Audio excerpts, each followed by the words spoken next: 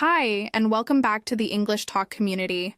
I'm Julia, and I'm so happy you're here with me today. Whether you're walking to work, washing the dishes, or just relaxing at home, thank you for choosing to spend this time with me. Our mission here is simple but powerful, to help you feel more confident and natural when speaking English, no matter where you're from or what level you're at. I know that learning English can feel like a long journey, but you're not alone. We're walking this path together, and every episode is a step forward in your journey to fluency. Let me start with a question that might sound familiar. Have you studied a lot of grammar but still feel like you can't speak English naturally? Maybe you've memorized all the tenses. You know the difference between present perfect and past perfect, and you even did well in school. But when it comes time to speak, to really have a conversation, something just doesn't work. You freeze, or you start thinking about the correct structure instead of simply saying what's on your mind. Does that sound like you? You're definitely not alone. I've talked to so many learners from all around the world, from Tokyo to Paris, São Paulo to Istanbul, and this is something I hear again and again. They've spent years learning grammar rules, but they still don't feel confident speaking. And when they do try to speak, they get frustrated because the words don't come out the way they imagined. Maybe that's something you've experienced too. You want to express a simple idea, but your mind gets stuck in rules, or you feel afraid of making a mistake. I want to tell you something that I truly believe. If you've been struggling to speak English even after years of studying grammar, it's not your fault. It doesn't mean you're bad at languages, and it definitely doesn't mean you'll never become fluent. The problem is that so many learners are told that grammar is the key to fluency, that if you just study more, memorize more rules, understand more structures, then one day magically you'll speak fluently. But that's not how it works. And today we're going to talk about why that is, but for now, just let that idea sit with you. Maybe the reason you're stuck isn't because you haven't studied enough, but because you've been focusing on the wrong thing. Before we go deeper into that, I want to ask you to do something that really helps this community grow. If you've been enjoying our episodes, or if this message already speaks to something you felt before, please take a moment to follow the podcast and leave a quick like or rating. It helps more people find this content, people just like you who are trying to improve their English in a more natural and human way. We don't use complicated language here, and we're not about being perfect. We're about real progress that fits into your real life. Now, I know the topic of grammar can be a little heavy or even frustrating. Maybe you've been told again and again that grammar is the foundation, the most important part of learning English. And sure, grammar has a place. But let's take the pressure off for a second.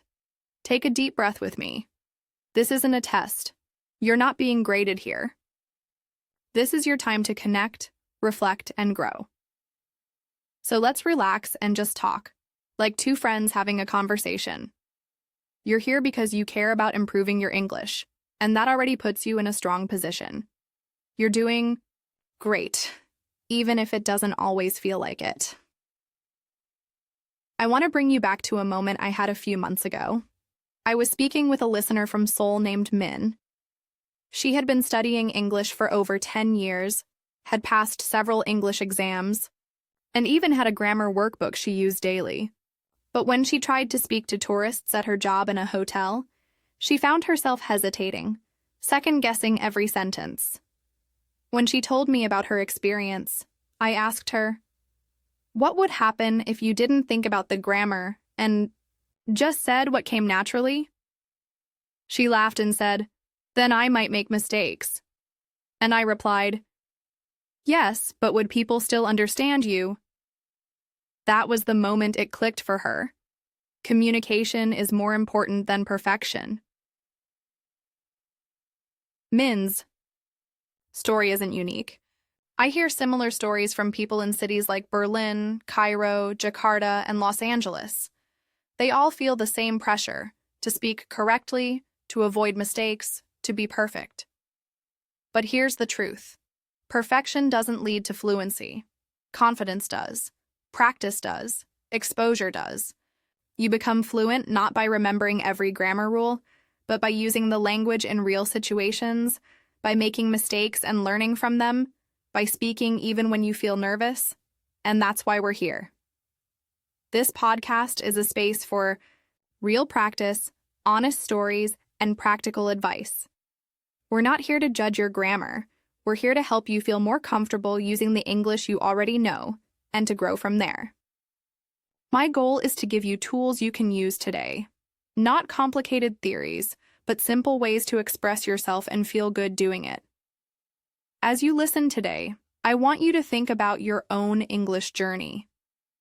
Think about the times you've hesitated to speak because you weren't sure about the grammar. Think about the moments you stayed silent, even though you had something to say. And now think about how it would feel to just speak freely, even with a few mistakes, and still be understood. That feeling of being heard and understood. That's what fluency really is. So let's explore this together. Let's question some of the things we were told about learning English. Let's talk about what really matters when it comes to speaking with confidence. And most of all, let's remind ourselves that fluency is not about knowing everything. It's about being brave enough to use what we know.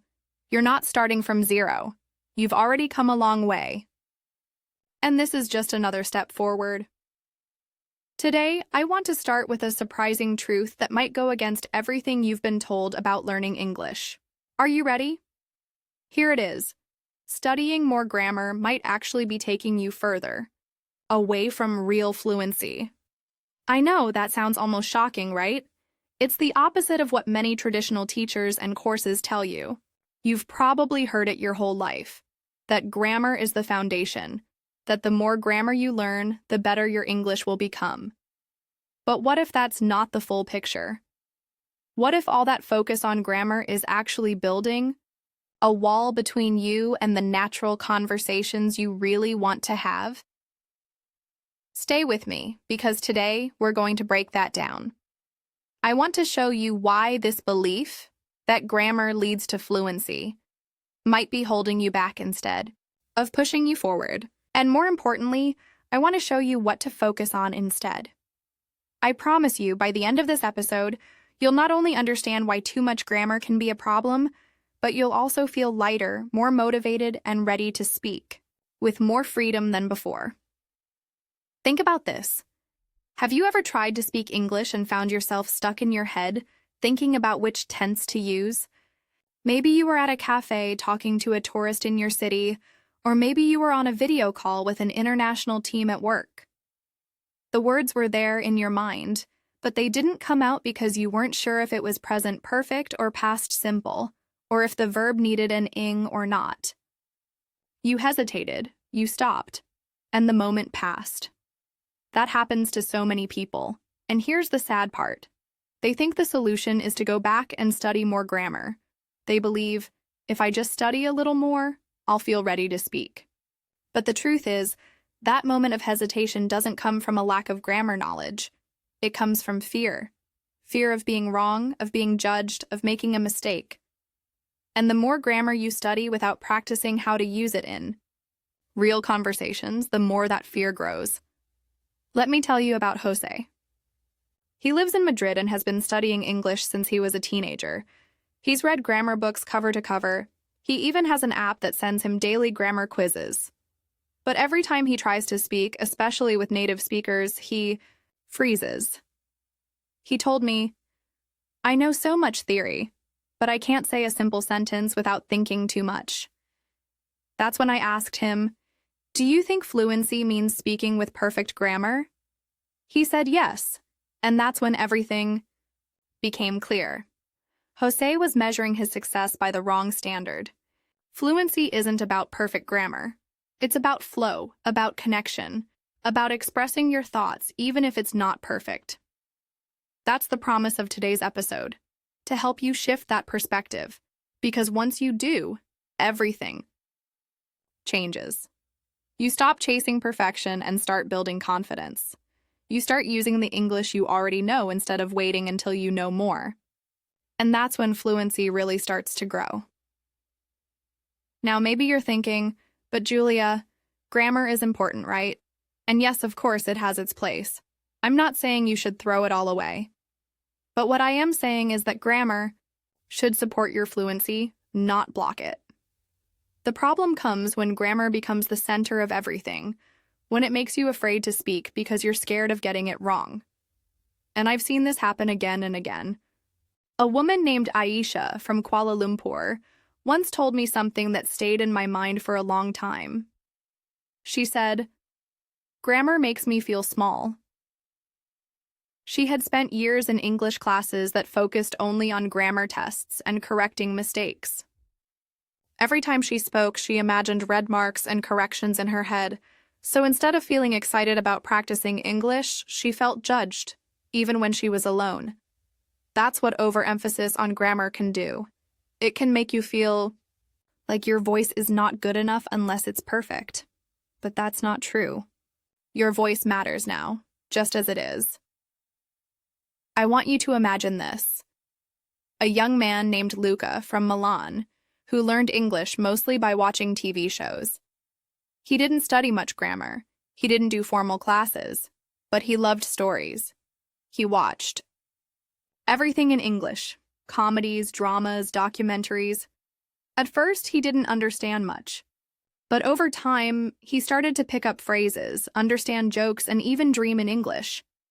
His grammar wasn't perfect, but his communication was strong. People understood him. He could express emotions, tell stories, and ask questions. That's what fluency looks like. Luca's experience is not magic. It's not luck. It's just exposure, repetition, and the courage to keep speaking, even when the grammar isn't perfect. And most importantly, it's a mindset. He didn't wait to finish grammar before speaking. He just started. That's what I want for you too. Every week I hear from people in cities like Bangkok, Nairobi, and Berlin who say the same thing. I studied grammar for years, but I still can't speak. And when I ask them what they can do, they usually say things like, I can understand a lot, I can read well, I can write emails. So why can't they speak? It's because they never practiced speaking without fear of mistakes. They were trained to write perfectly, not to communicate naturally. But communication isn't perfect. Real conversations are full of pauses, corrections, laughter, and even grammar slips. And that's okay. You don't need to be perfect to be fluent. You need to be understood. And to be understood, you don't need all the grammar. You need courage, practice, and real-world experience. That's what this podcast is here to help you build. So today, I'm inviting you to open your mind to a new way of learning. One that values your voice as it is. One that sees fluency not as a test you have to pass, but as a skill you develop by doing. You've already done the hard part. You've shown up. You've been trying, learning, listening. Now it's time to step out of the grammar box and into the real world of English communication. Let's move forward, together.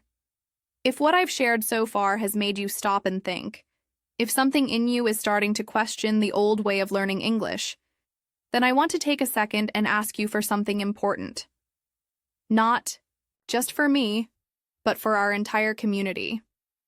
If this message speaks to you, if it brings clarity or even a small sense of relief, take a moment now to follow this podcast and leave a like or review wherever you're listening from. I know it might seem like a small action, but it truly makes a big difference.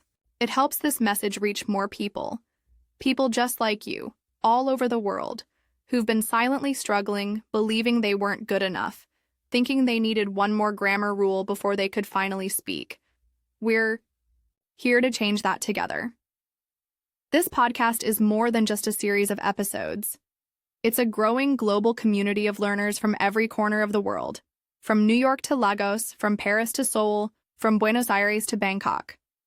And when you engage with what we're doing here, you're not just helping this episode go a little further in the algorithm. You're saying, yes, this is the kind of content that matters. This is the kind of learning that feels human, real, and encouraging. And I believe we need more of that, don't you? I've always said that learning English isn't just about vocabulary or pronunciation. It's about connection. And connection begins with people. So when you follow or leave a like, you're not doing it just to support me. You're raising your hand and saying, I'm part of this too. I believe in this approach. I want others to feel less alone in their English journey. It becomes an act of kindness, a way to pass forward the encouragement you're receiving right now, because you never know. Your simple action might be the reason someone else finds this podcast on a day they really need it. And that means something. When I started this project, I imagined someone listening while walking to work in São Paulo, or while doing dishes in a small apartment in Tokyo, or sitting on a bus in Johannesburg with their headphones on, trying to understand just a little more English than yesterday. And what I found is that this is not just a dream. It's real. I've heard from people in those exact places, people who say that this podcast helps them feel connected, hopeful, and supported. People who say they finally stopped feeling ashamed of their mistakes, that they felt seen, that they realized they weren't alone. And when I read those messages, when I hear how these episodes are touching lives in quiet, powerful ways, it reminds me why this work matters. It reminds me that we're doing something meaningful here, even if we can't always see each other face to face. That's the beauty of community.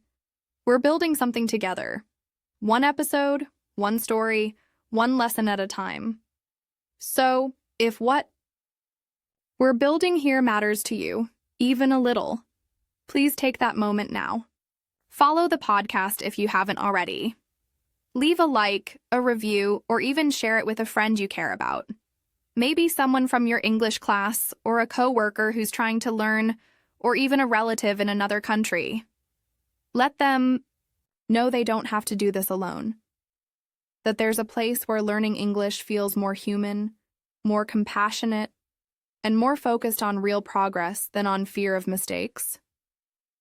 I want you to feel that you belong here. Because you do. This isn't a space for perfect English. It's a space for brave English. It's a space where your effort matters more than your accuracy, where you're encouraged to speak up even if your grammar isn't perfect, where we celebrate progress, not perfection. And when you support this show, you help keep that spirit alive. Sometimes when we learn a language, we feel like we're on the outside, like there's a door we're trying to open, and we're not sure if we're even allowed in. But here, with the English Talk community, that door is already open. You've already walked through it just by showing up. And that's why this small action, following, liking, sharing, isn't just a click. It's a statement. It says, I believe in this way of learning, I believe I can get better, and I believe others deserve to feel that too. So thank you, not just for listening, but for caring enough to be part of this. Thank you for bringing your story, your questions, your doubts, and your dreams. That's what makes this podcast what it is. Not me, us, all of us. Learners, dreamers, and doers from around the world, helping each other grow a little more confident, one conversation at a time. You know, sometimes I wish I had recorded my first attempts at speaking English when I was learning. Not because they were impressive, not even close, but because they were absolutely hilarious. There was this one time early on when I tried to impress a group of visiting students by telling them, very confidently, that I was going to be born in New York. Yes, you heard that right. Not I was born in New York, but I was going to be born. I said it with full confidence, and the looks on their faces, that mix of confusion and politeness, still makes me laugh when I think about it. The thing is, I had studied the grammar. I really thought I had the past tense under control. But in real conversation, my brain went on vacation, and my mouth just did its own thing. And that's okay. That's what learning looks like sometimes. It's messy, unpredictable, and often pretty funny when we look back. If you've ever made a mistake like that, If you've ever said something that didn't quite come out right and felt that flash of embarrassment, just know that you're in very good company. I've spoken with so many learners over the years, and one thing I've noticed is how we all tend to hold ourselves to impossible standards. We think, if I don't get the grammar right, I shouldn't speak at all. But here's the truth. Most native speakers don't care if your verb tenses are perfect. They care if you're trying. They care that you're making the effort to connect. And honestly, some of the best conversations I've had in English were full of grammar mistakes, mine and other people's. What made them powerful wasn't perfection. It was honesty, laughter, and the willingness to keep going. Another time, I was in a coffee shop with some friends, and one of them, a lovely woman from Milan, wanted to describe a stressful situation she had at work. She meant to say, "I had a hard day." But instead she said, "My day was very heavy." And while we all understood what she meant, we couldn't help but giggle. We pictured her literally carrying a heavy day on her back like a backpack, full of bricks. But you know what? That moment stuck with me. Not because it was a mistake, but because it was charming. It showed her personality, and it made the conversation more memorable. That's what I want you to remember today. Fluency isn't about sounding like a textbook. It's about being real, being present. And sometimes that means laughing at your own mistakes. I do it all the time. Still. Even now. Sometimes I forget the right word or mix up expressions. And I'm a podcast host. But that's the beauty of communication. It's not a performance. It's a shared experience. One of my favorite moments from this podcast actually came from a listener in Istanbul. He sent me a message saying, "Julia, I wanted to say that I love your podcast because you make English feel friendly. I always felt nervous, but now I feel like I can try even if I make mistakes." And to me, that's the best compliment I could ever receive. Not because he said it perfectly, but because it was honest. That's what we're here for. To make English feel like a space where you can breathe, experiment, and grow. I think part of the reason we get so tense about learning languages is because of how we were taught. Maybe you remember a teacher who corrected you too quickly, or classmates who laughed when you mispronounced something. That kind of environment can make anyone shut down. But here in this space, we do things differently. We laugh together, we share the awkward moments, and we learn through them, not in spite of them. A student from Jakarta once told me about a moment at his job where he accidentally told his boss, "I'm boring," when he meant to say, "I'm bored." Now that's a classic one, right? Two words that look so similar but have totally different meanings. But here's the thing.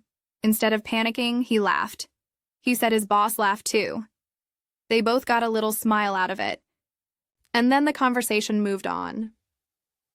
That moment didn't ruin his credibility. In fact, it made him more human. We often think that language learning has to be this serious academic pursuit. That if we're not memorizing rules or drilling verbs, we're not doing it right. But the truth is, some of the best language learning happens when you're relaxed. When you're enjoying yourself. When you're watching a funny video or chatting with a friend or making a silly mistake in a safe space and realizing it's not the end of the world. One of my earliest memories of speaking English in public was during a trip to Berlin. I met a girl from Warsaw at a hostel, and we ended up walking around the city together. Our English was far from perfect. We both stumbled through half-finished sentences and used all kinds of hand gestures, but we still managed to talk about everything from music to family to food. That day, I learned more than I had in weeks of classes. Not because I was correcting my grammar, but because I was using English to connect. I want you to take that same spirit into your learning. Don't be afraid to be a little messy. Don't wait until your sentence is perfect to open your mouth. Say the thing. Make the mistake. Laugh about it. Try again. That's how you grow. That's how you build confidence. And that's how you start to see English not as something distant or scary, but as something that belongs to you.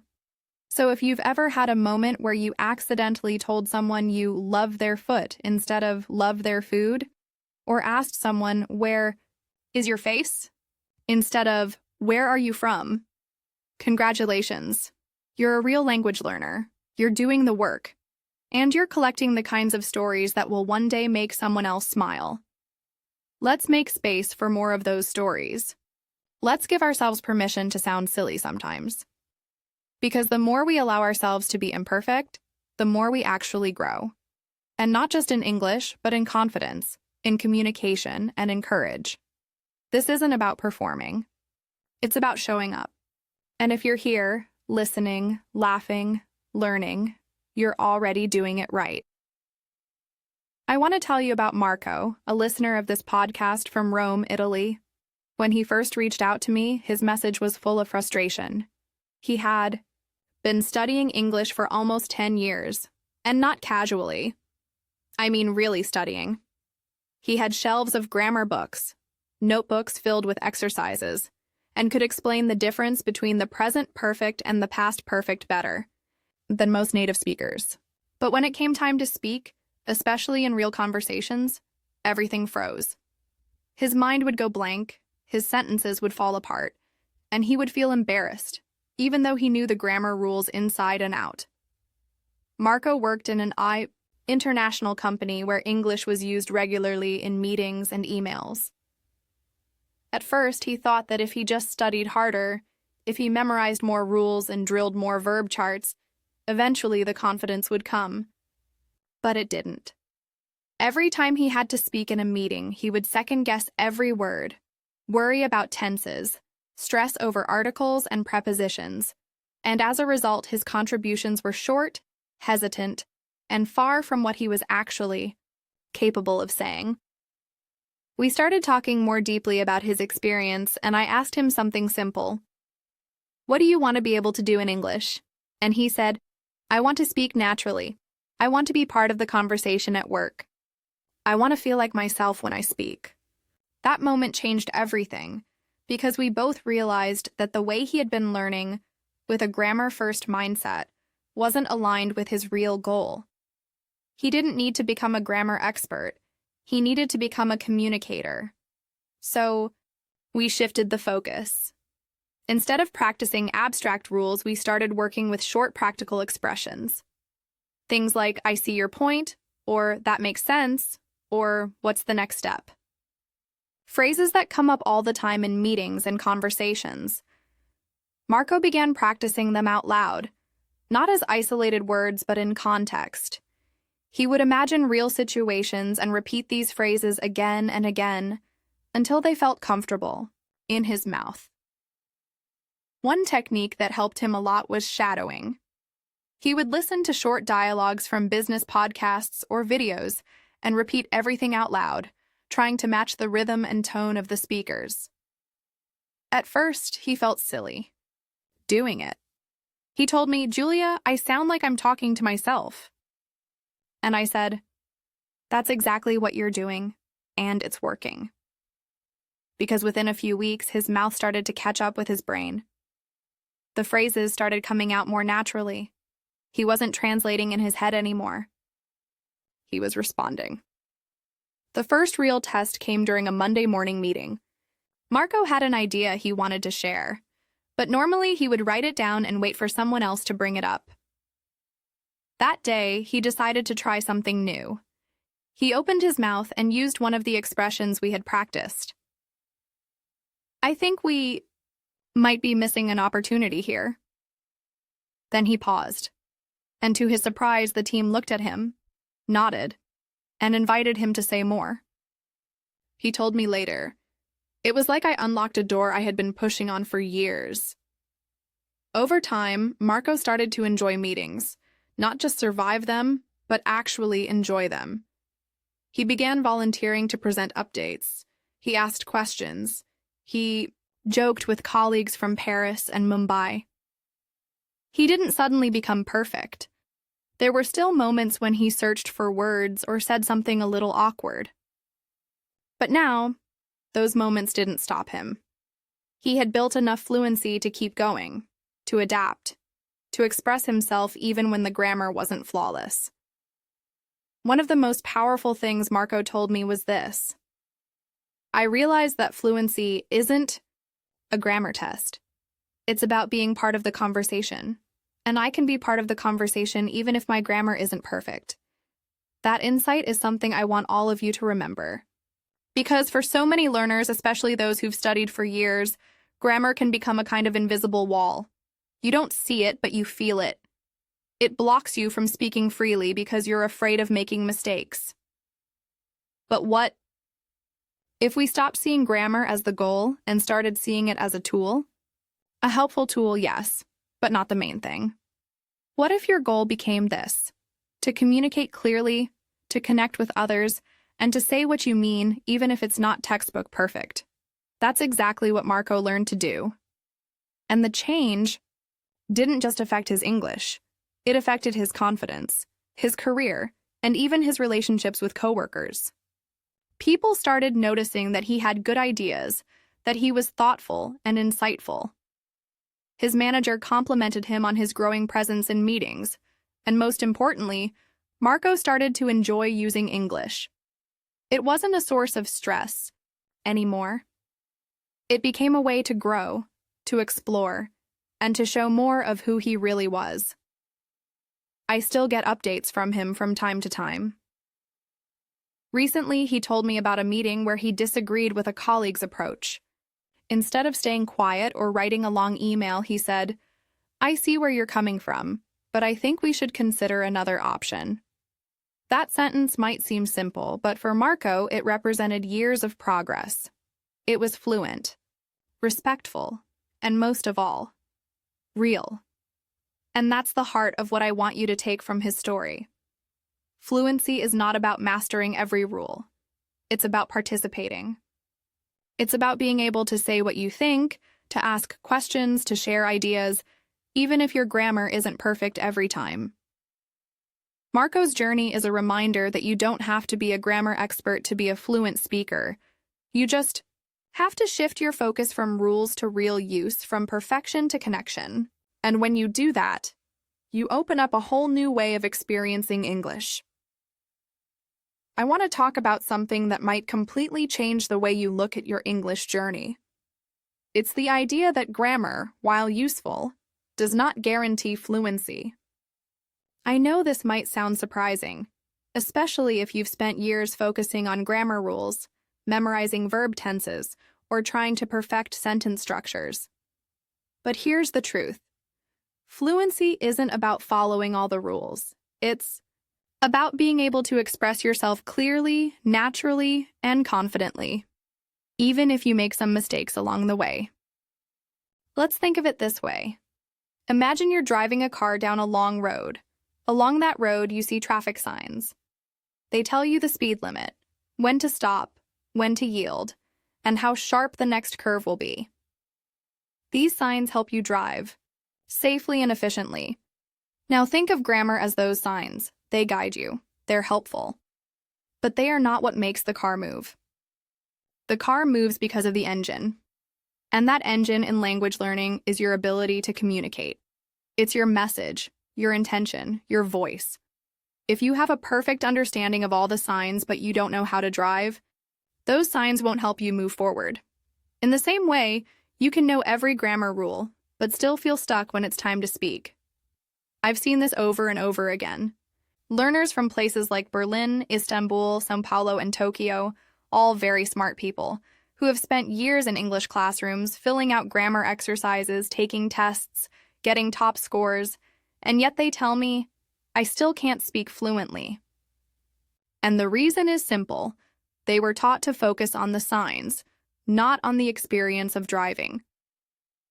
Fluency means being able to have a conversation without stopping every 2 seconds to think about the structure of your sentence. It means understanding the person in front of you and responding in a way that feels human, not robotic. It's not about perfection. It's about connection. Let me give you an example. Imagine someone says to you, "What did you do over the weekend?" Now, a fluent speaker doesn't stop to analyze that sentence.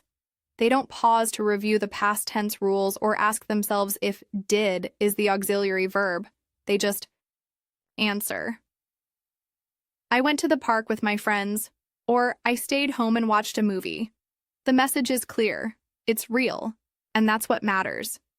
The mistake many learners make is believing that they need to master grammar first before they can speak. But the opposite is often true.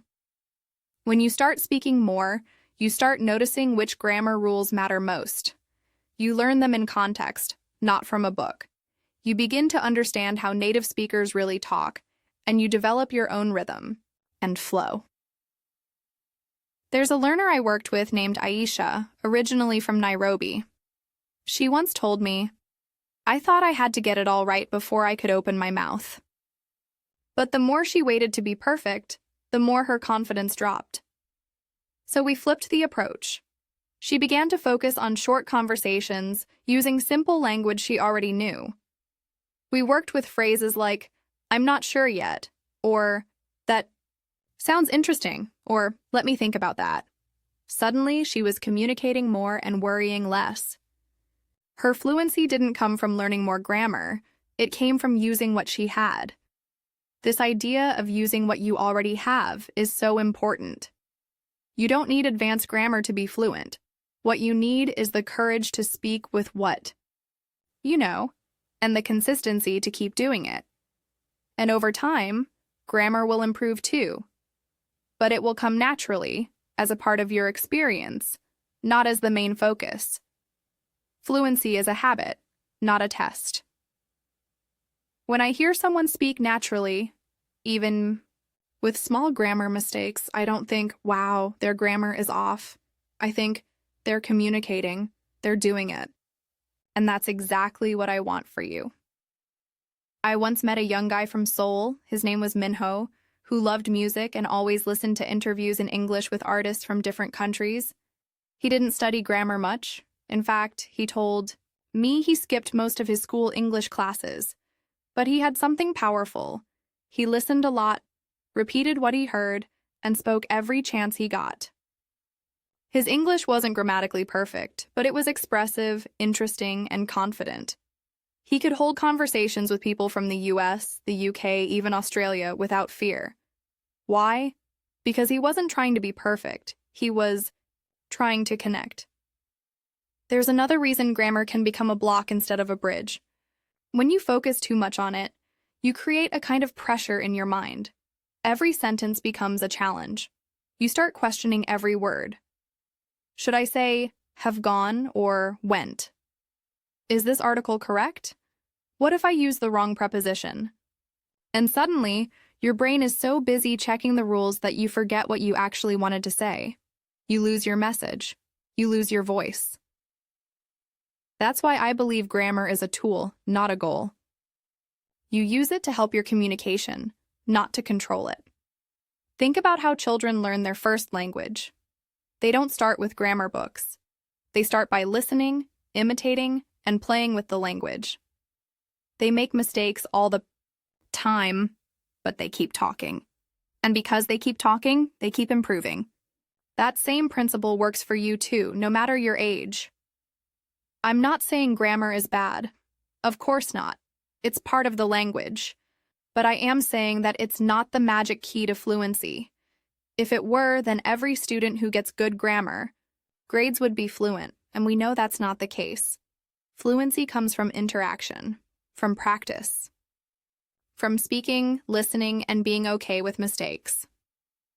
So when you're learning English, ask yourself, am I spending more time studying the signs, or am I actually driving the car?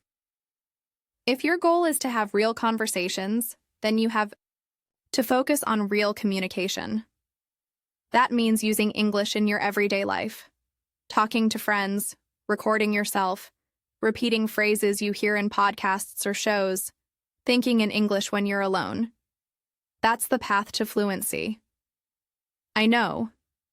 It's not easy to let go of the idea that you have to be grammatically correct all the time. Many of us learned that mistakes are bad. But in language learning, mistakes are not failures. They are proof that you are trying. They are the bridge between silence and fluency. Every time you make a grammar mistake while speaking, you're doing more for your fluency than spending hours doing exercises in a book, because you're using the language, and that's what counts. So remember, grammar helps, but it's not the destination. You are not learning English to pass a grammar test. You are learning English to talk to people, to understand others, to share your ideas, and to open doors in your life. Keep the focus there.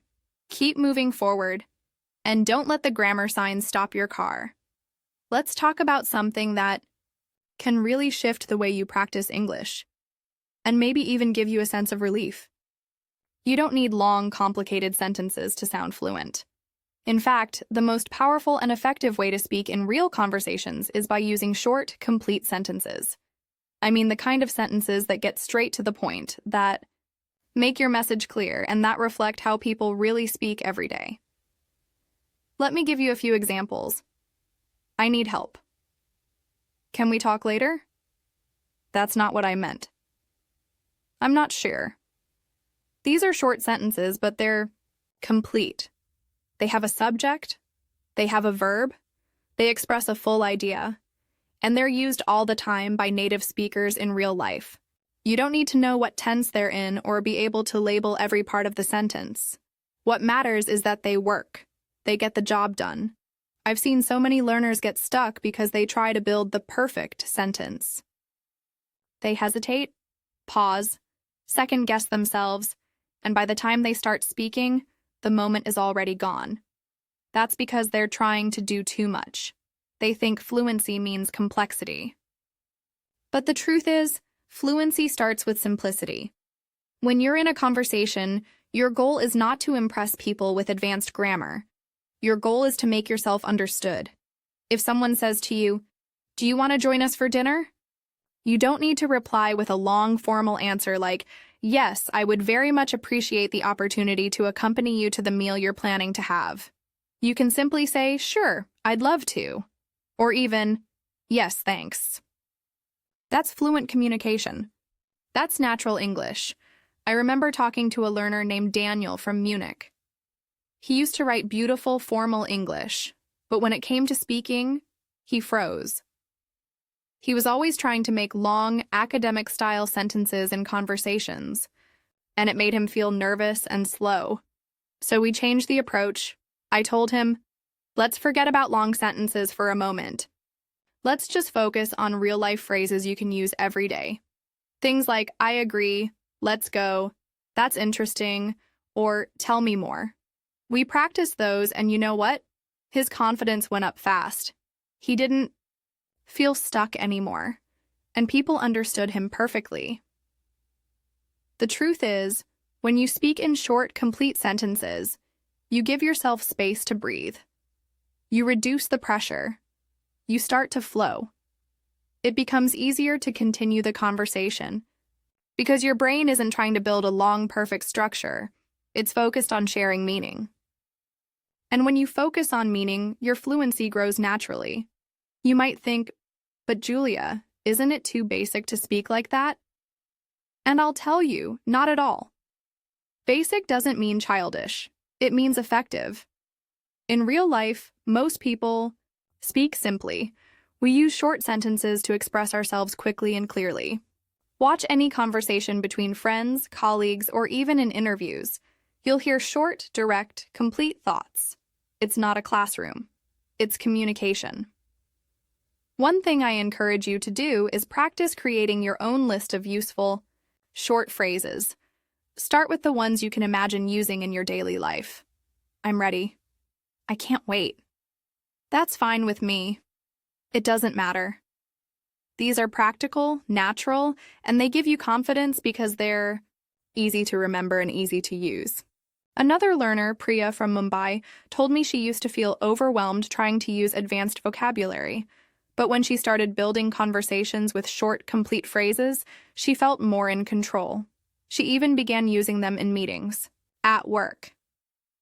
Instead of staying silent because she didn't know how to express a complex idea, she started speaking up with simple, strong phrases like, "Let's move forward," or "I'll check and let you know." Her coworkers noticed the change and her confidence grew. I want you to think of short, complete sentences as building blocks. Each one is like a small brick, and when you use them in sequence, you build strong communication. You don't need one giant block to express everything. Just a few good ones connected together can say exactly what you mean. Now, here's something you can do today. Choose 5 short phrases that feel useful to you. Practice saying them out loud. Practice using them in different tones. Serious, casual, friendly, surprised. Get comfortable with them. Then tomorrow, add 5 more. Keep doing that for a week, and you'll be amazed at how much more fluent you feel. Not because you've learned difficult grammar, but because you've trained yourself to speak in a way that's real and sustainable. And here's another benefit of using short, complete phrases: that you make fewer mistakes. When you try to build long sentences, the chance of making grammar errors increases. But when you keep it short and solid, you reduce the risk. You sound more confident, and the person listening to you understands you better. That's a win for both sides of the conversation. Even native speakers prefer clarity over complexity.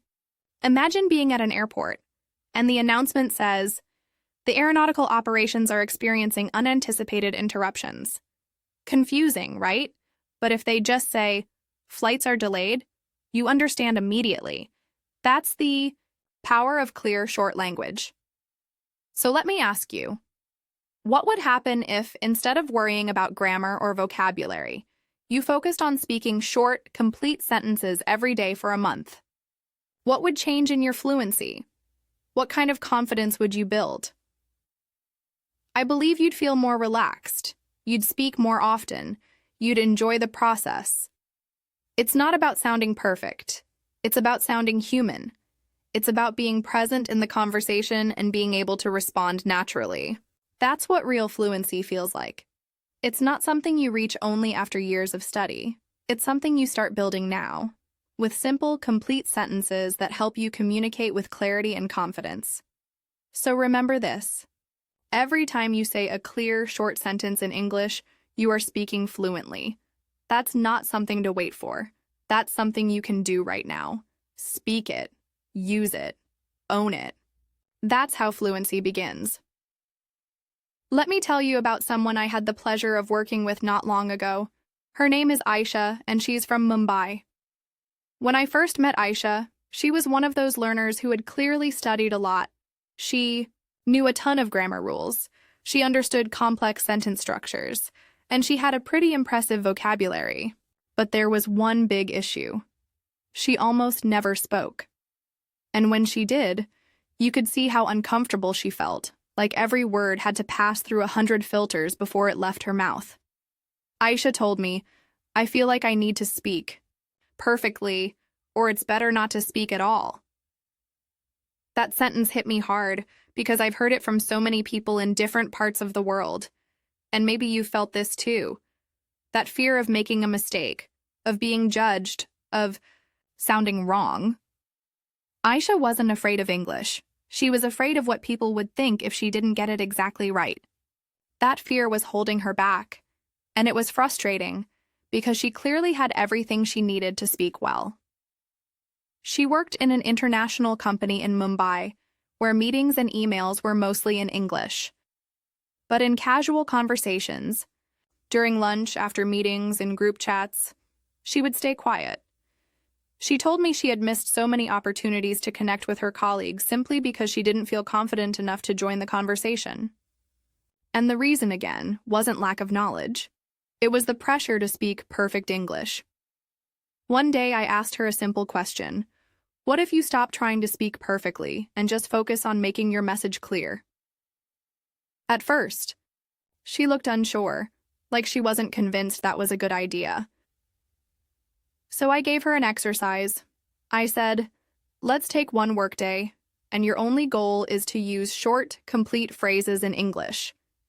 Nothing fancy, nothing long, just clear, basic communication." She agreed to try, and we started practicing together. We created a small list of simple phrases she could use at work. Things like, "I'll check on that," Let's do it. I need more time. That works for me. Can we talk? After lunch? They weren't complicated at all, but they were powerful because they were easy to remember, easy to say, and they fit real situations she faced every day. On that day, she went to work with a new mindset. And something shifted. Instead of staying quiet in the group chat, she replied with, "Sounds good," when someone made a plan. At lunch, she asked a colleague, "How was your weekend?" Just 5 words, but that's all it took to start a real conversation. During a meeting, she said, "I agree with that point," and later added, "Let me explain." That's it. Simple, clear, complete. And you know what happened? Nobody judged her. Nobody laughed. In fact, people responded positively. They included her more. They looked at her when they spoke, expecting her to participate. That day changed everything for Aisha. She realized that the fear of sounding imperfect had been louder than the reality. The truth was, people were just happy she was joining the conversation.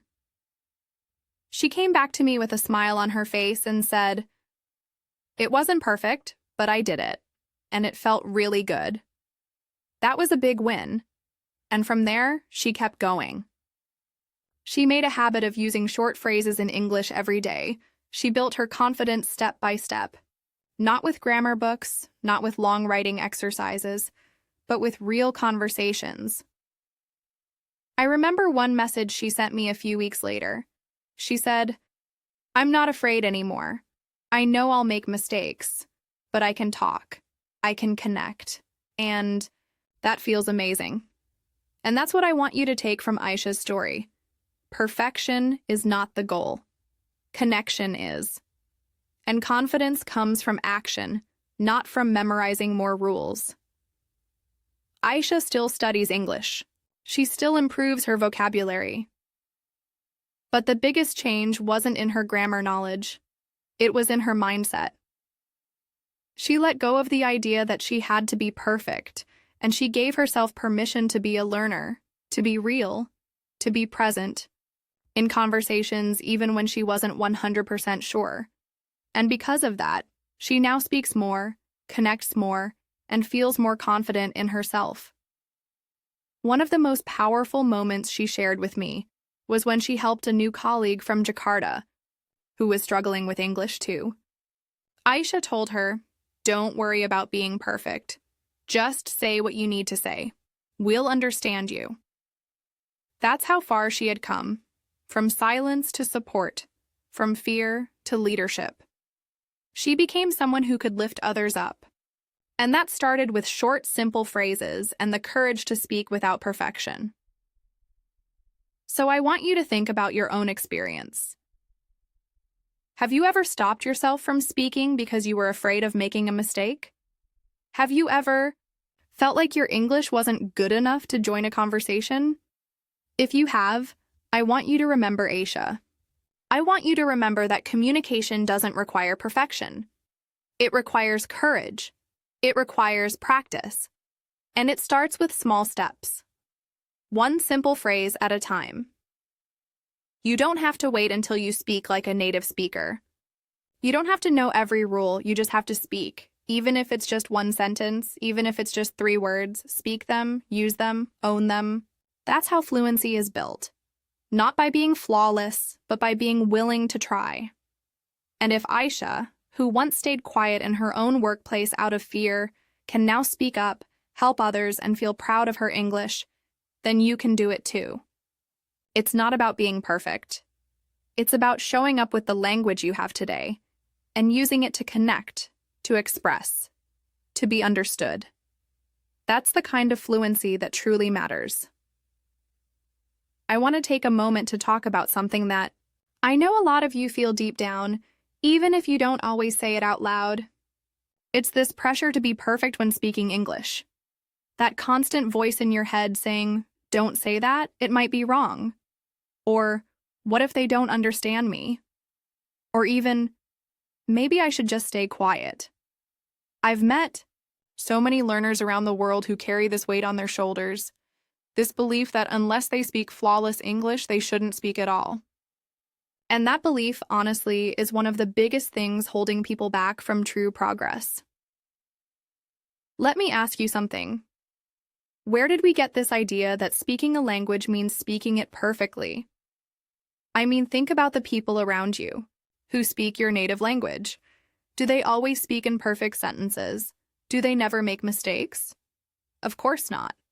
We all interrupt ourselves. We forget words. We change our mind mid-sentence. We start over. We say the wrong thing and correct it instantly. That's just how real conversation works.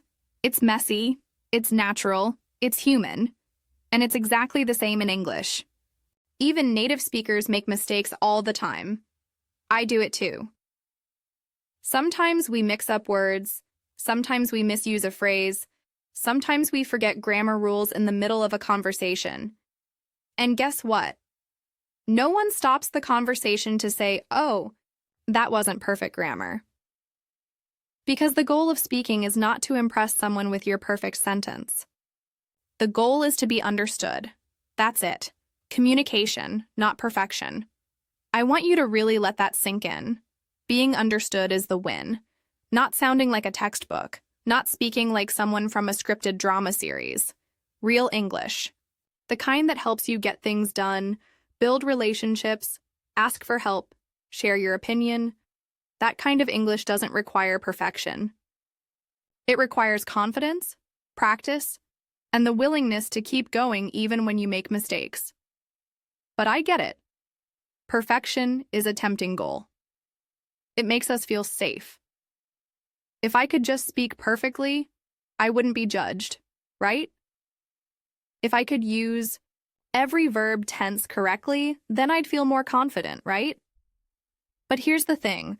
Chasing perfection actually does the opposite. It creates anxiety. It makes you hesitate. It turns every conversation into a test. And that kills fluency.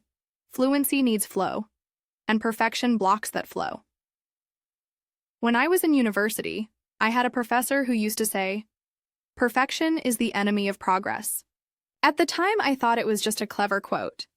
But now, working with English learners from all over the world, I see how true it is.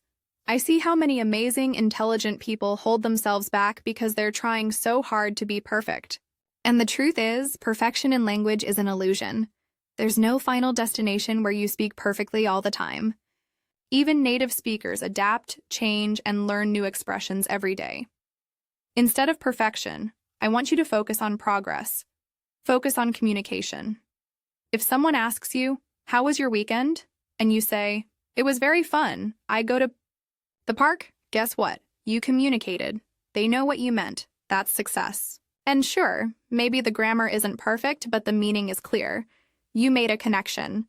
That's what fluency is all about. Let's flip the script. Instead of asking, "Was that correct?" start asking, "Was I understood?" That tiny change can shift your entire mindset. It takes the pressure off.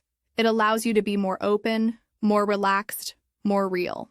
Because the more relaxed you are, the more natural your speech becomes. And the more you speak, the more confident you feel. And the more confident you feel, the better your English gets. Not because it's perfect, but because you're actually using it. I remember talking to a learner from Paris named Camille. She was extremely smart and had studied English for years, but every time she spoke, she would pause before every sentence, double-checking every word in her head. And it made conversations hard, not because she didn't know English, but because she was so focused on avoiding mistakes. One day I asked her, "What if you just spoke without editing yourself first?" She said, "But what if I say something wrong?" I said, "You will, and that's okay." We practiced speaking without stopping to self-correct. We made a game out of it. Just speak. No rewinding. And over time, she realized that people weren't judging her the way she had feared. In fact, they listened more. They responded warmly. They appreciated that she was expressing her ideas, not trying to deliver a perfect performance. That's the power of letting go of the myth of perfection. When you stop trying to be perfect, you open up space to be understood, to be yourself, to enjoy the conversation. You start to build real fluency, the kind that lives in your everyday life. Not in grammar books, but in the way you order food, ask for directions, share a joke, talk about your weekend. So I want to encourage you today. Give yourself permission to be imperfect. Celebrate your mistakes. Laugh at them. Learn from them. But don't let them stop you. Don't let the fear of a wrong word keep you from speaking at all. Every single time you choose to speak, even when it's not perfect, you're getting closer to the English you want to have. You're building a bridge between what you know and how you use it. This is your language journey, and it's allowed to be messy. It's allowed to be full of errors. That's how you grow. And I'm here to remind you that communication is always more powerful than perfection. Your words matter, even if they're not perfect. Your voice matters, even if it trembles a little. And your message matters, even if you're still figuring out the best way to say it. So let's stop chasing perfect English and start building real conversations. Let's choose progress, not pressure. Let's choose connection, not correction. That's where real fluency begins. When it comes to improving your spoken English, one of the most powerful tools you can use is something we often overlook: listening. I know that might sound too simple or maybe even obvious, but trust me, listening every day can do wonders for your speaking skills. It's one of those things that doesn't require you to sit down and study grammar rules or memorize vocabulary, lists. Instead, it's all about exposing yourself to the language as much as possible so that your brain can naturally absorb the structures and rhythms of English. Let me tell you why this works. Think about how we all learned our native languages. Did you sit down with a textbook every day and study grammar rules before you could speak? Of course not. You learned by hearing it all around you. As a child, you didn't understand every word, but you heard the same phrases over and over again. Slowly, without even realizing it, your brain started to pick up on the patterns, the sentence structures, the way words fit together, and the flow of conversation. You didn't need to memorize grammar charts. You didn't need to worry about making mistakes. You just absorbed the language through exposure. Now, as an adult, when you're learning English, the process is the same. Listening is the key to making this happen. The more you listen, the more you'll naturally start to recognize patterns in the language, and your speaking will improve almost effortlessly. So if you want to speak English more fluently, start by making listening a daily habit. I can't stress enough how important this is. Whether it's listening to podcasts, watching TV shows, or just having conversations with native speakers, the more exposure you get, the better. One of the best ways to do this is by watching shows or movies with English subtitles. This will help you connect the spoken words with their written forms. But here's the important part. Don't stop the video every time you don't understand something. Don't go crazy trying to translate every word you hear. Instead, focus on the overall meaning of what's being said. Try to catch the general idea, even if you don't understand every single word. Your brain is smart, and it will start to fill in the gaps over time. You'll start recognizing patterns in pronunciation, intonation, and the way sentences are built. It's easy to get caught up in the urge to understand everything, especially when you're first starting out. But let me tell you, the more you listen, the less you'll need to translate. You'll start hearing words and phrases in context, and the meaning will become clearer and clearer without you having to stop and translate. This is where the magic happens. As you absorb more and more English, you'll notice that it becomes easier to speak, because you'll naturally start to pick up expressions, sentence structures, and vocabulary that you've heard in context. Another great way to improve your listening skills is by listening to podcasts in English. Podcasts are amazing because they cover a huge range of topics, so you can find something that interests you. Whether you're into science, technology, culture, or even cooking, there's a podcast for you. And the best part is, you can listen. while doing other things, while you're walking, cleaning, or even cooking dinner. Just make sure you're listening actively. Don't just let it play in the background. Try to pay attention, even if you don't catch everything. Focus on the rhythm and tone of the conversation. Try to follow along with the speakers and listen for key phrases or words you recognize. This will help your brain get used to the natural flow of English speech. The great thing about podcasts is that you can listen multiple times. So if you didn't understand something the first time, you can go back and try again. If you're unsure about a specific word or phrase, don't stop to look it up immediately. Instead, try to understand it through context. What's the speaker talking about? What are they trying to convey? Use the surrounding words to help you figure it out. Over time, this will make you a more confident listener and speaker. You can also listen to TED Talks or YouTube videos in English. These resources are fantastic because they often feature clear, articulate speakers who talk about interesting, real-world topics. Again, focus on the content, not just the words. Try to understand the message and get used to hearing how English is spoken in different contexts.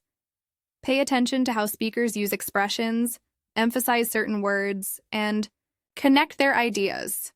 These are all things you'll need to do when you're speaking English yourself. Another tip is to use the shadowing technique. This is where you repeat what you hear in real time. When you're listening to something, try to repeat the sentences as closely as possible, mimicking the speaker's pronunciation, intonation, and rhythm. This may feel a little strange at first, but it's a powerful way to train your mouth to produce the sounds and rhythms of English more naturally. Over time, this will help you sound more fluent when you speak, because you'll be getting used to the natural flow of conversation. It's also important to mix up your listening materials. Don't just stick to one type of content. Variety is key because it exposes you to different accents, speaking styles, and vocabularies. Listen to people from different parts of the world, not just one accent or dialect of English. This will make you more adaptable and better at understanding English in any situation. Remember, the goal isn't to get everything perfect. The goal is to get comfortable with the language and the rhythm of it. So, don't stress about understanding every single word. Let go of the need to translate everything. Instead, focus on the big picture, the meaning, and the flow of the conversation. And most importantly, enjoy the process of learning through listening. It's one of the most enjoyable and effective ways to improve your English. The more you listen, the more natural your speaking will become. So whether it's watching TV shows, listening to podcasts, or just engaging in conversations with native speakers, make listening a regular part of your language learning routine. Trust me, it'll pay off in ways you never expected. And before you know it, you'll be speaking with much more ease and confidence. Let me tell you about Liam, a guy from Dublin, and how he made a surprising discovery that changed the way he learned English. Liam had been studying English for years, focusing on memorizing grammar rules and vocabulary lists. But despite his hard work, he still felt like something was missing. He could read English well, he could write, and he understood grammar rules, but when it came to speaking, he would freeze up. He often found himself lost for words in conversations, unsure of how to respond quickly or naturally. Sound familiar? Liam's turning point came one day when he was having a conversation with a colleague at work. He was trying to explain an idea, and he just couldn't find the right words. He paused, trying to form a perfect sentence, but the more he focused on getting it just right, the more frustrated he became. His colleague, noticing his struggle, suggested he try something different, focus less on individual words and grammar, and more on common phrases or chunks of language that native speakers use naturally in everyday conversations. At first, Liam was a bit skeptical. He thought that to speak English well, he needed to know every little rule and detail. But his colleague explained that the key to fluency wasn't necessarily about knowing every single grammatical structure. It was about being able to communicate smoothly and naturally, just like a native speaker does. Liam decided to give it a try. So instead of continuing his focus on isolated grammar rules, Liam began to learn and practice chunks of English. These are groups of words or common expressions that native speakers use frequently. For example, phrases like, "let me think," "what do you mean," or "I'm not sure, but," are all chunks, ready-made phrases that you can use in everyday conversations without having to worry about the individual grammar rules. They're like little building blocks that help you sound more fluent and natural. Liam started by memorizing a few of these chunks and using them in his daily conversations. He noticed something amazing almost immediately. The more he practiced these chunks, the more confident he became in speaking. Instead of getting stuck trying to remember grammar rules in the middle of a conversation, he could rely on these familiar phrases to keep the conversation flowing. It was as if he had a toolkit of phrases ready to go, no matter the situation. One day, Liam found himself in a meeting at work where he had to give a short presentation. In the past, he would have spent hours preparing, making sure his grammar was perfect and every word was chosen carefully. But this time, he was more relaxed. He knew his message, and he had his chunks to help him express himself. Phrases like, "to be honest," "in my opinion," and "let me explain" helped him structure his thoughts quickly. He didn't get bogged down in worrying about perfect grammar, and instead, he was able to communicate effectively and confidently.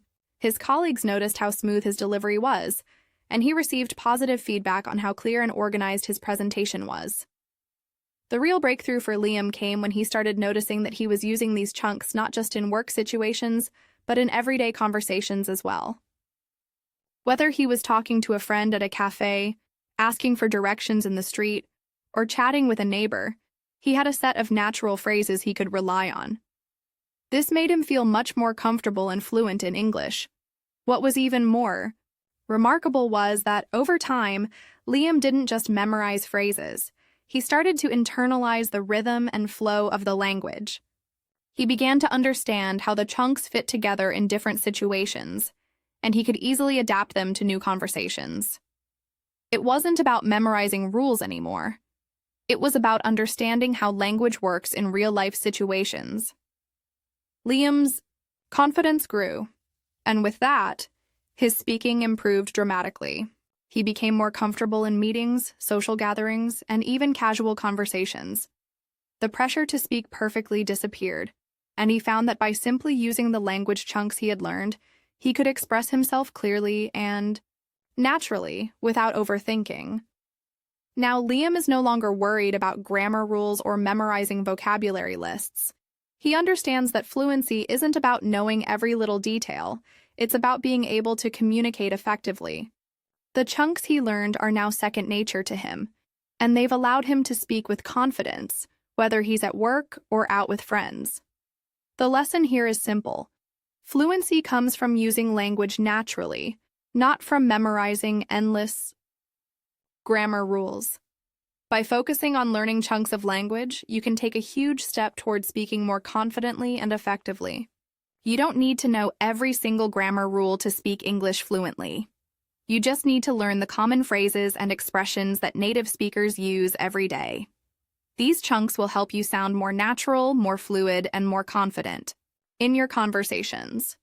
So, just like Liam, try incorporating some language chunks into your daily practice, and you might be surprised at how much more comfortable and fluent you become. Think about how children learn languages. It's fascinating, right? When we observe kids learning their first language, we notice something important. They don't start with grammar rules or vocabulary lists. They learn by listening, repeating, and imitating the language they hear around them. They don't worry about whether a sentence is grammatically correct or whether they've used the right verb tense. They just speak, and through this process, they become fluent. And interestingly, this approach to learning applies to adults as well. We can learn a lot from the way children approach language. When children begin to speak, they don't sit down and memorize a list of verb forms or sentence structures. Instead, they hear people around them speaking, and they start mimicking the sounds and patterns they hear. They don't get caught up in making sure every word is perfect. They just keep talking. This constant exposure to the language, paired with repeated practice, helps them build a strong foundation without even realizing it. It's a natural process, and it's one that works wonders. And here's the thing. This method isn't just for kids.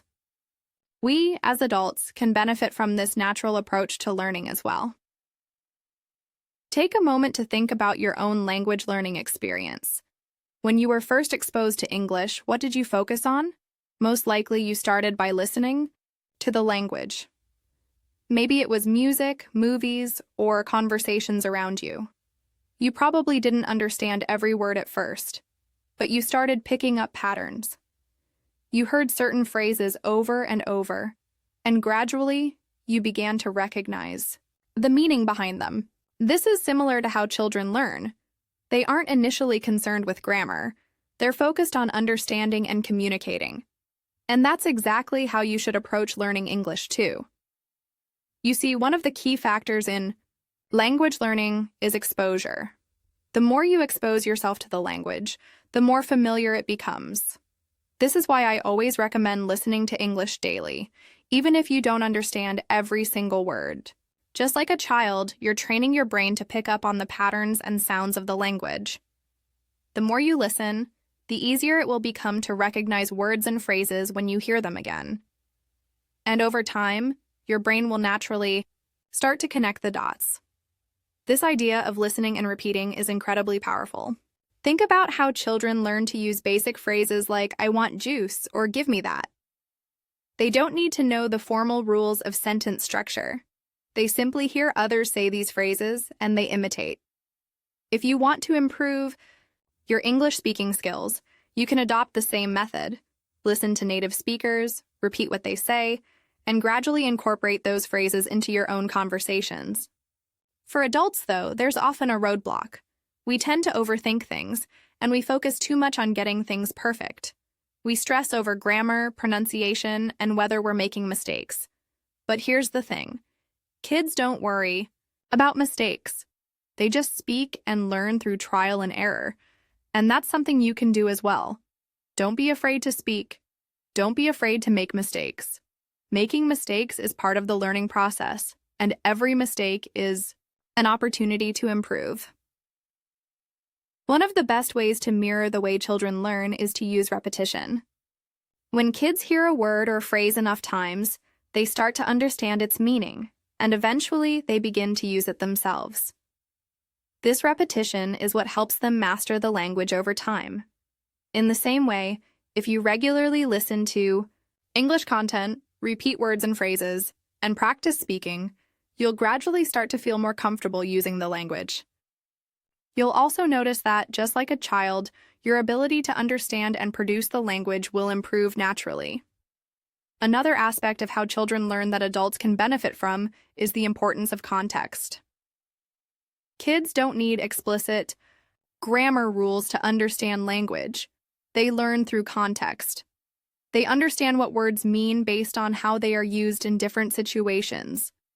This is why, when you're learning English, it's so important to immerse yourself in real-world conversations. Whether it's through movies, podcasts, or chatting with native speakers, learning English in context is one of the most effective ways to understand how the language works. It's not just about memorizing vocabulary, it's about learning how words and phrases are used in everyday conversations. Think about it. When children hear a word like apple for the first time, they don't just learn the word in isolation. They see an apple, they hear people talk about apples, and they begin to connect the word with the object. This kind of contextual learning is how we, as adults, can improve our English as well. When you hear new words or phrases, try to understand them in context. Listen to how they're used in conversation, and then try to use them yourself. Learning a language doesn't have to be complicated. Children prove this to us every day. They learn through exposure, repetition, and context. And they don't worry about being perfect. They just speak and listen, and through this natural process, they become fluent. As adults, we can apply this same approach to learning English. We don't need to memorize endless rules or worry about every tiny mistake. Instead, we can focus on listening, repeating, and practicing in context, just like children do. The more you practice this way, the more comfortable and confident you'll become in using English in your everyday life. So take a moment to think about how you can start using these principles in your own learning journey. Can you listen to English a little more each day? Can you start repeating phrases that you hear in conversations or media? Can you stop worrying so much about making mistakes and just focus on communicating? These small changes can make a big difference in your language learning experience, and they can help you make the shift from focusing on grammar to truly becoming fluent in English. One of the easiest and most effective ways to improve your speaking skills is through repetition. I know it might sound simple, but hear me out. The technique I'm about to share with you is something that, if you commit to doing it every day, can make a noticeable difference in your fluency. And best of all, it's so easy to do. It's a strategy that I personally recommend to anyone who wants to practice speaking, and it's something that you can integrate into your daily routine without needing to carve out extra time. The technique is this. Choose 5 sentences in English each day and repeat them out loud. Simple, right? But the power of this exercise comes from the fact that you're not just repeating words. You're actively engaging with the language, practicing the flow of sentences, and reinforcing both your memory and your speaking muscles. This is especially effective because over time, it helps you speak more naturally and confidently in real conversations.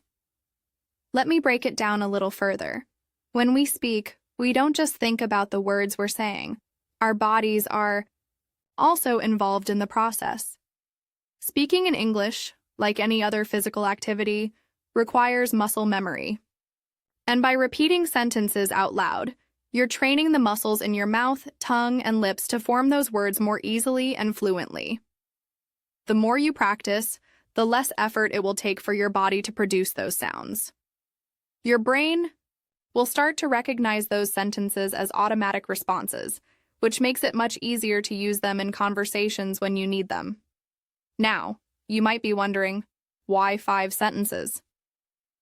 Well, this is just a practical number to keep things manageable.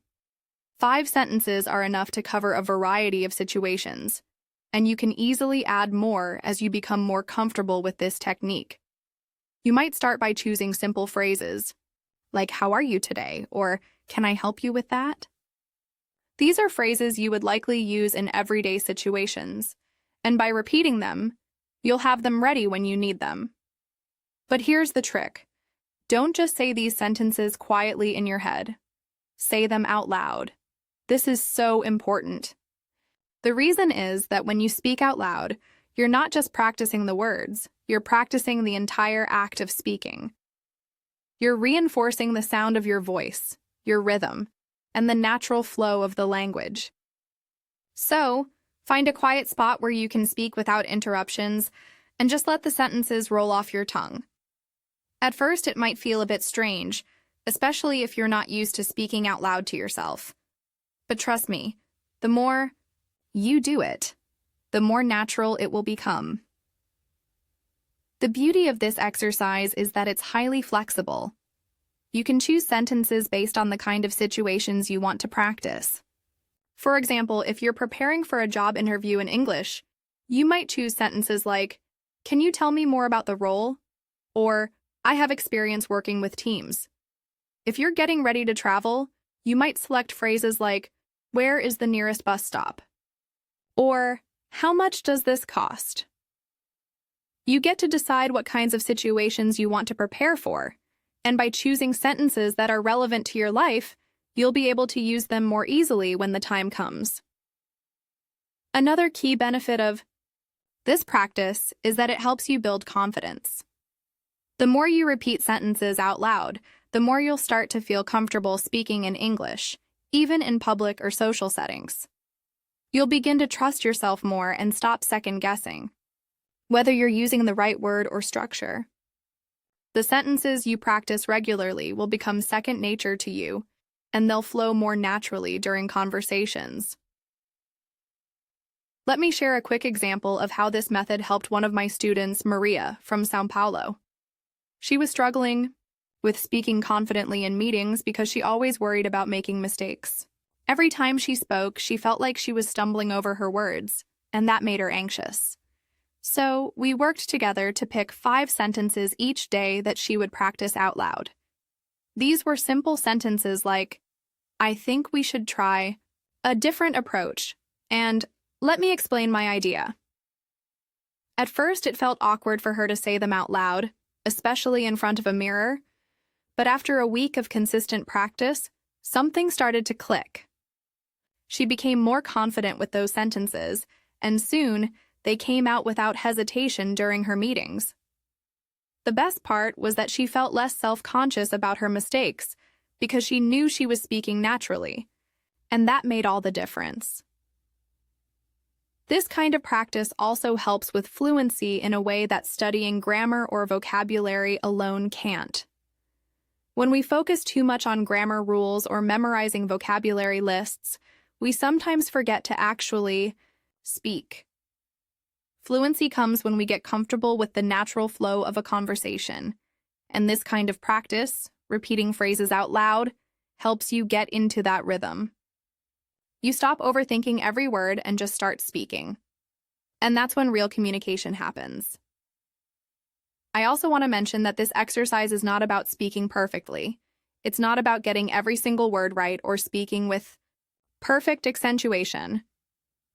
Instead, it's about gaining confidence in your ability to express yourself in English, even if you make mistakes. Remember, we're focusing on communication here, not perfection. As you continue to practice, you'll find that you start using these sentences more and more naturally in conversations, and you'll be able to introduce new sentences over time as you expand your vocabulary.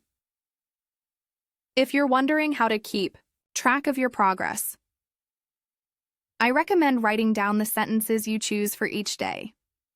This will help you stay organized and ensure you're practicing a wide variety of phrases. You can also set aside time to review the sentences you practiced in the past and see how much easier it is to say them now. You might even notice that your sentences are becoming more complex as your confidence grows. That's the beauty of repetition. It builds up your language skills gradually, making you a better speaker over time. So, here's your challenge. Choose 5 sentences today, say them out loud, and do this every day for the next week. See how it feels. Practice them until they become part of your natural speech. And I promise, you'll notice a difference. The more you repeat those sentences, the more fluent you'll become. It's a simple, yet incredibly effective way to improve your speaking skills. When you're learning a language, there's something really important that I want to emphasize, something that I think many people overlook: the need to practice without judgment. I know, it might sound easier said than done, especially when you're trying to improve your English and want everything to sound perfect. But I promise you, the key to becoming fluent is not about avoiding mistakes or speaking perfectly. It's about allowing yourself to make mistakes and celebrating the process of learning. The truth is, nobody becomes fluent in a language overnight. Fluency is not something you just wake up with one day. It's built over time, through consistent effort, practice, and, yes, mistakes. When I say mistakes, I don't mean just slip-ups in grammar or pronunciation. I mean those moments where things don't go quite as planned. Maybe you miss a word, or you can't quite remember the phrase you wanted to say. But guess what? That's totally okay. In fact, I want to encourage you to think of mistakes as milestones in your learning journey. Each time you make a mistake and try again, you're one step closer to your goal. I remember when I was learning a new language many years ago, and I was terrified of speaking because I was so afraid of making errors. I remember one time trying to order coffee in a cafe and I couldn't remember how to say small in the language. I just stood there for what felt like an eternity, stuttering and panicking. But you know what? The moment I finally said what I wanted, even if it wasn't perfect, was such a small victory for me. It might seem insignificant now, but at that moment I felt like I had conquered something huge. It's moments like that, those small victories, that build your confidence. They don't come from avoiding mistakes. They come from embracing them and moving forward. So I encourage you to change the way you think about mistakes. Instead of seeing them as something to avoid, see them as opportunities to grow. You're going to make mistakes along the way, and that's completely normal. Everyone does, even native speakers. The key is not to get discouraged by them, but to learn from them and keep going. In fact, I want to challenge you to take a moment today and think of a mistake you've made in English. Maybe you couldn't remember the right word, or you mixed up your tenses, or you had trouble with pronunciation.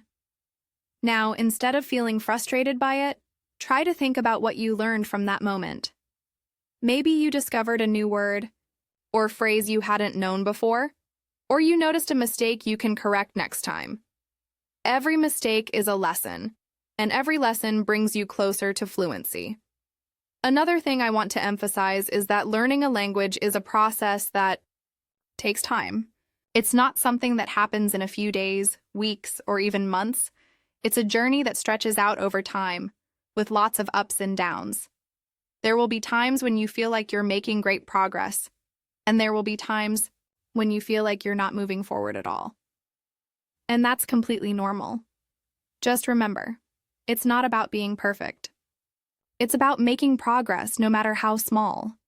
One of the most powerful ways to build fluency is by simply speaking, even when you're not sure you're doing it perfectly. I've seen it time and time again with my students. Those who are willing to speak, to take risks, and to make mistakes are the ones who improve the fastest. They are the ones who find themselves speaking with more confidence and ease. It's a simple rule. The more you speak, the more you practice, the better you become.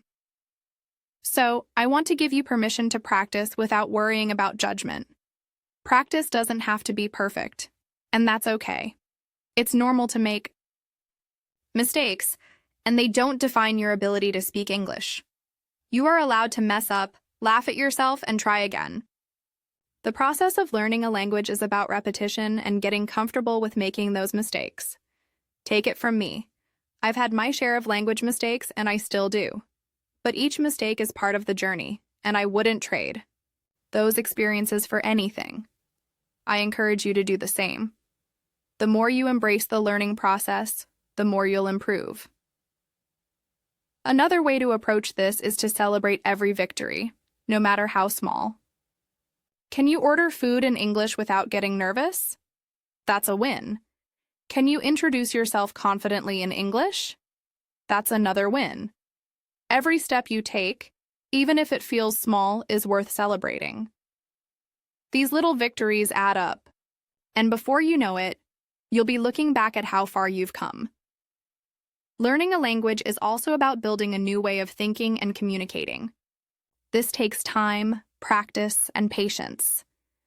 But by being kind to yourself and focusing on progress rather than perfection, you'll find that your fluency improves much faster than you might have expected. Don't be afraid to make mistakes. They are not a reflection of your abilities. They are simply part of the process. The more you allow yourself to be imperfect, the more fluent you will become. So today, I want you to do something simple. I want you to forgive yourself for any mistakes you've made in English. Don't judge yourself too harshly. Celebrate the effort you've put in and recognize that every step, even the mistakes, is a part of your learning. You're doing great. Keep going, and remember, fluency is built on progress, not perfection. As we come to the end of this episode, I want to take a moment to reflect on what we've talked about. I hope this discussion has given you a new perspective on your English learning journey. We've gone over a lot today about how fluency isn't about grammar rules, how making mistakes is part of the process, and how the key to improvement is practicing and speaking as much as you can. If you've been focusing too much on grammar or trying to speak perfectly, I hope you're beginning to realize that real fluency comes from practicing in real-life situations, using phrases that you hear every day, and letting go of the fear of making mistakes. Throughout this episode, I've shared stories of people like Marco, Aisha, and Liam, who each found their own way to break free from the pressure of perfect grammar. What's so inspiring about their stories is that they didn't wait until they perfected everything. They started speaking and practicing right away. And that's when they saw real progress. And if they can do it, so can you. Now I want to ask you something to think about. Have you been studying too much and practicing too little? I ask this because often we get so caught up in the rules, the structure, and the technical side of language learning that we forget what really matters: being able to communicate. The goal isn't to memorize endless grammar rules or to recite complicated sentences. The goal is to be able to have conversations, to connect with others, to understand and be understood. And that comes from practicing and using the language in real everyday situations. I know it can be easy to get overwhelmed. Maybe you've been learning for a while and feel like you should already be fluent by now. Maybe you're stuck in a cycle of studying and not seeing the results you want. But trust me, the breakthrough comes when you stop overthinking and start speaking. You don't need to be perfect. You just need to try. It's the effort and the practice that lead to improvement, not the endless hours spent memorizing rules. So, I want to leave you with this thought. Are you focusing on what truly helps you get better, or are you caught up in the pressure to be perfect? Ask yourself if you're spending enough time practicing speaking and listening, using the language in real conversations, or if you're spending too much time worrying about grammar details.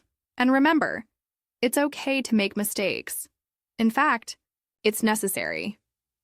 If this episode resonated with you, and you think someone else could benefit from hearing this message, I'd love for you to share it with them. Maybe there's someone in your life who's struggling with the same challenges, feeling stuck in grammar rules, worrying about speaking perfectly, or getting discouraged with their progress. Let's keep building this community together and help others understand that fluency is about practice, not perfection. Before you go, I want to remind you that language learning is a journey, and it's one that's worth taking.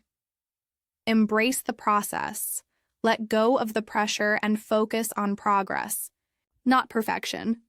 You're doing great, and every step you take is a step closer to speaking English more confidently and naturally.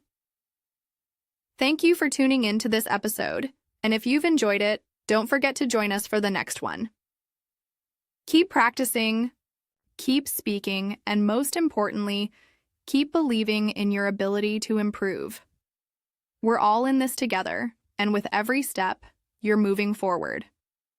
So, until next time, take care, and remember, progress, not perfection.